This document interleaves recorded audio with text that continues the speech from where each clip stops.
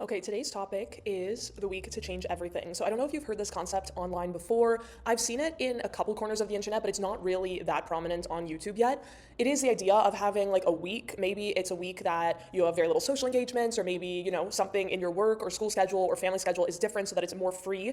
And the idea is basically to get your life together within this week and to get all the stuff that you've been procrastinating on for weeks, months, maybe even years done in that week, or at least the most that you can. So it's essentially like a sprint so that at the end of the week, you, come back to your life in a different, fresher way with your stuff together. So the way that I'm going to set this up is, for example, I have my tasks in a system like this within Notion, and wherever you have the list of stuff that you've been putting off, you want to get all of those together. Maybe some of them are online, maybe some of them are on paper. Get them all here, dump it here, and I did this for different videos, so these are hypothetical, but I'm gonna just like copy them for examples.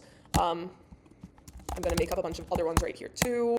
Obviously, you are probably gonna have a lot more than this, but I'm just gonna use these as an example. Then you're gonna press inline, actually no, you're gonna do calendar.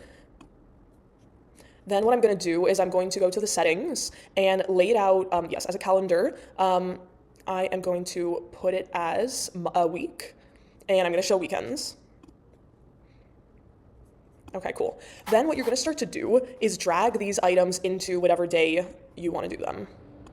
Actually, now that I'm seeing this, I'm also gonna add the wrap.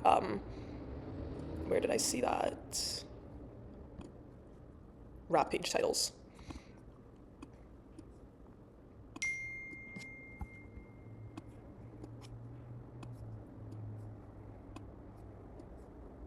Obviously, this is hypothetical, so do this for yourself. Basically, step one, info dump everything in one place. Step two, put it within the areas.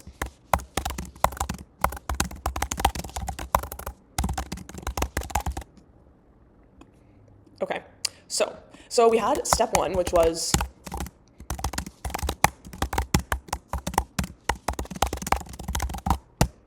step three is, I would say, probably the most important, which is to actually create a day plan where you are actually able to achieve those things. So maybe you're still working throughout this week, but like you still have your 9 to 5, but you need to make sure that you're utilizing your 5 to 9 or your 5 to 9 a.m. or your 5 to 9 p.m. or something in order to get this done. So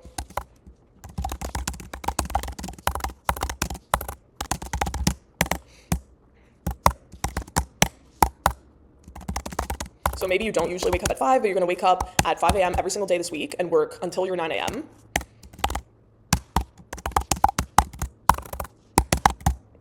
And then maybe after, you're also going to do a 2-hour work session. So maybe like work, and when I say work, I mean like work on these items. Maybe you're also going to work 5 p.m. to 7 p.m. or something.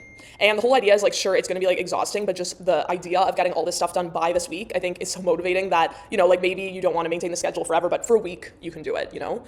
And then, so you have this, again, obviously, make it as your own. I'm doing this in a very minimal way. And then the very last thing, step 4, is say no. So say no to everything else. These need to be your priority items or you are not going to get them done.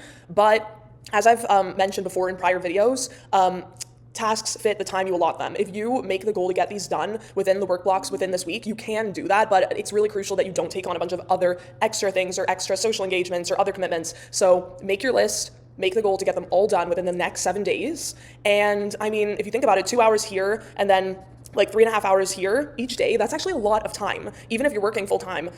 So yeah, I totally get life is hard. So it is an oversimplification, so you don't have to go all the way, but I think it sort of sets a tone and sets a schedule that maybe even if you're taking one step towards that, it can make a difference in hopefully pulling off a lot of work in your week to change everything.